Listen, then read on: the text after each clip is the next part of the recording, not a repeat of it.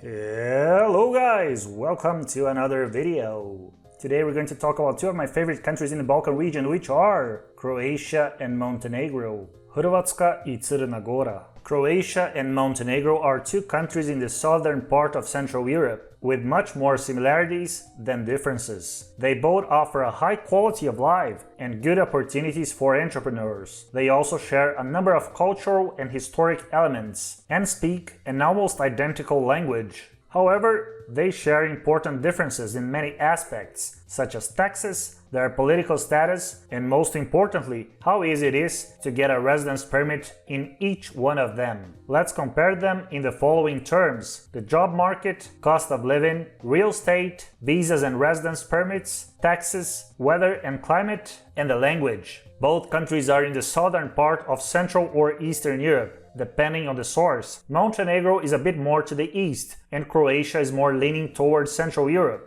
Both have a huge part of their territory on the coast of the Adriatic Sea. Croatia is a much larger country both in terms of area and population. While Croatia has slightly more than 4 million inhabitants, Montenegro has less than 1 million of them. Only Croatia is a member of the European Union. Montenegro, however, is not part of the European Union and it is not likely to join the bloc at least in the next 5 years, but it uses the euro as its currency. Croatia and Montenegro used to be in the same country, Yugoslavia. Croatia broke up from Yugoslavia in the 90s, fighting a war against the Yugoslav army. Montenegro, on the other hand, became independent in a peaceful manner through a referendum in 2006 when it separated from Serbia. And before we start with the actual content, the usual tired talk: if you want to travel, move or invest abroad, hit the like button, check our other videos, book a consultation call with me, the link is in the description, start your immigration plan today, and most importantly,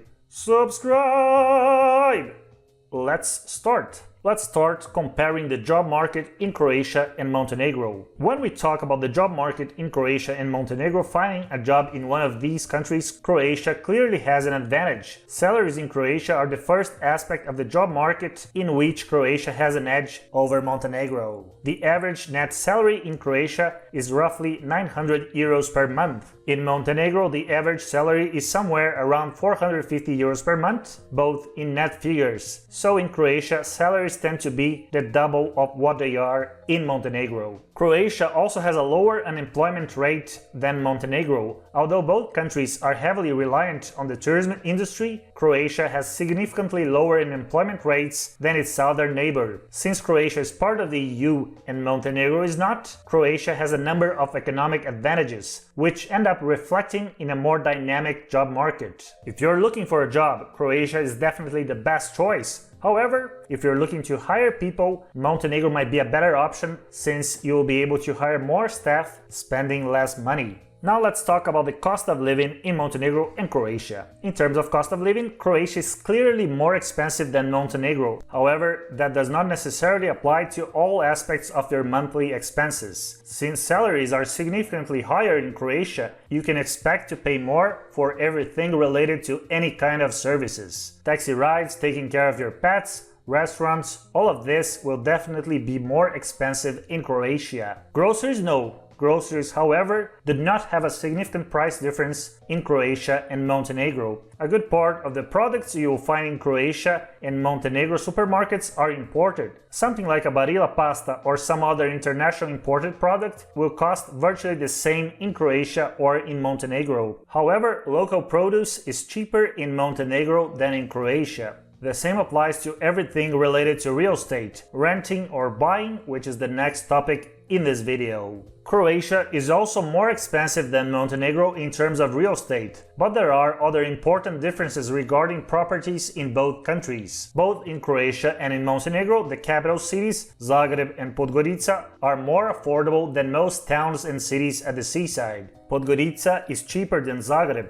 with prices per square meter at around 1,500 euros, while in Zagreb many properties are from 2 to 3,000 euros per square meter. At the seaside, things are definitely more expensive. Old towns in places like Kotor, Dubrovnik and Split are notably expensive. In Montenegro, some high-end projects like Porto Montenegro are also very expensive. Rental yields and growth potential are similar in Montenegro and Croatia. However, the demand in Croatia for real estate, both on the coast as well as in the capital, is higher than in Montenegro. To sum up, you may get a better yield in Montenegro, but a higher occupancy rate in Croatia. The next topic is getting a visa or a residence permit in Montenegro and Croatia. In terms of visa and residence permits, is where Montenegro is much, but really much more appealing than Croatia. If you are an EU citizen, you can move to Croatia even without a reason, as long as you have funds to cover your stay. But if you are not an EU citizen, the options are really poor in Croatia. There are a few options like a 1-year residence permit as a person without an economic activity, and also a 1-year visa for digital nomads. The problem is that both of them are not renewable. Then also in Croatia, there's a residence permit for real estate owners, but you can just stay a maximum of 9 months per year with this permit, which is not convenient at all, and it also doesn't lead to permanent residency and citizenship. You can also get a residence permit in Croatia by starting a company, but only if you hire 3 Croatian or EU nationals, which creates a huge overhead if you work online or if you just want to retire in Croatia. In Montenegro, on the other hand, everything is a breeze if you are a remote worker, entrepreneur or a retiree. You can get a residence permit in Montenegro by opening a company or buying real estate. There is no minimum requirement in terms of how much the real estate should cost or how much you have to invest in the company to be able to apply for a residence permit. But one very important detail is that you will still need to prove you have enough funds to sustain your stay in Montenegro in both cases. So I would only recommend the company option if you will actually have some kind of activity in the company, because you'll still have to pay for social security and other types of taxes and get an accountant. Both options lead to citizenship and permanent residency in Montenegro. Montenegro also has a citizenship by investment program,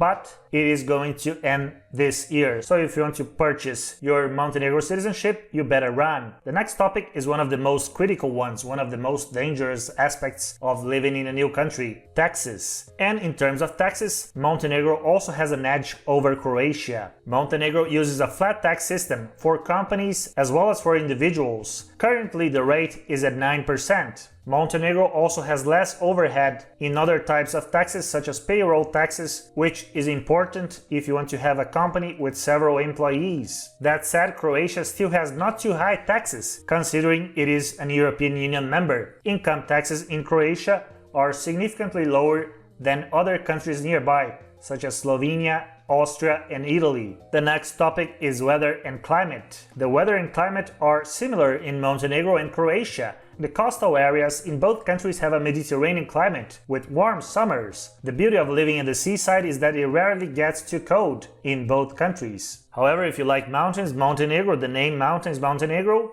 is probably a better choice. Actually, the translation of the name Montenegro is literally Black Mountain, and it actually has quite a lot of them. It also has higher mountains than Croatia, so if you like to enjoy any kind of outdoor activities at the mountains, Montenegro is definitely the best choice. And if we compare the capitals, Podgorica is slightly less cold than Zagreb during winter. However, it gets more days of extreme heat in summer. So in summer, I highly recommend you to spend, if you live in Montenegro, at the seaside, because in Podgorica it does get very hot very often. Now let's talk about the transport infrastructure in both countries. In terms of infrastructure, Croatia has an edge over Montenegro. Since Croatia joined the European Union, EU funds were poured into various infrastructure projects in the country. And also considering the fact that Croatia is more populated than Montenegro, it also reflects in terms of transport infrastructure. While Croatia has several airports with international flights, Split, Dubrovnik, Rijeka, Zagreb, Montenegro has just 2 of them, one in Tivat and the other in the capital Podgorica, and Montenegro also has much less flights in total. Another important aspect here is that Montenegro roads are pretty winding, which is something that is less common, although also present in Croatia. If you don't like winding roads, probably you'd be better off in Croatia. Now let's talk about the language spoken in Croatia and Montenegro. The Croatian language, the Montenegrin language and the Serbian language are mutually intelligible, so you won't have a harder time in any of these countries to learn the language. They are equally pretty difficult. More than 95% of the words are the same in Croatian as they are in Montenegrin and in Serbian. During the times of Yugoslavia, the language spoken in both territories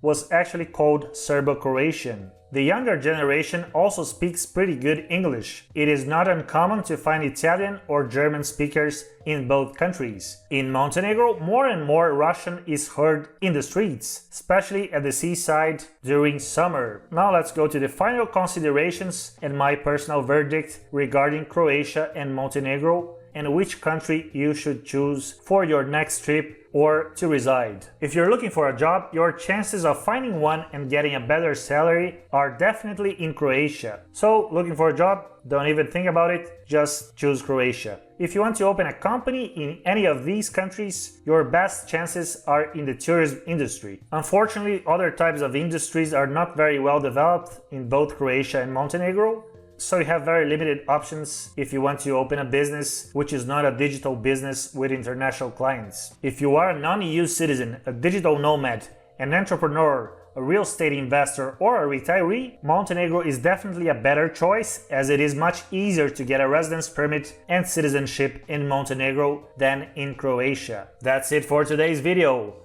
Write down in the comment section which country are you planning to move to or to travel to. And you probably already know what I'm going to say next. If you want to travel, move or invest abroad, hit the like button. Check our other videos, book a consultation call with me, the link is in the description. Let's plan together your move to Croatia or to Montenegro. And most importantly, subscribe! See you next time.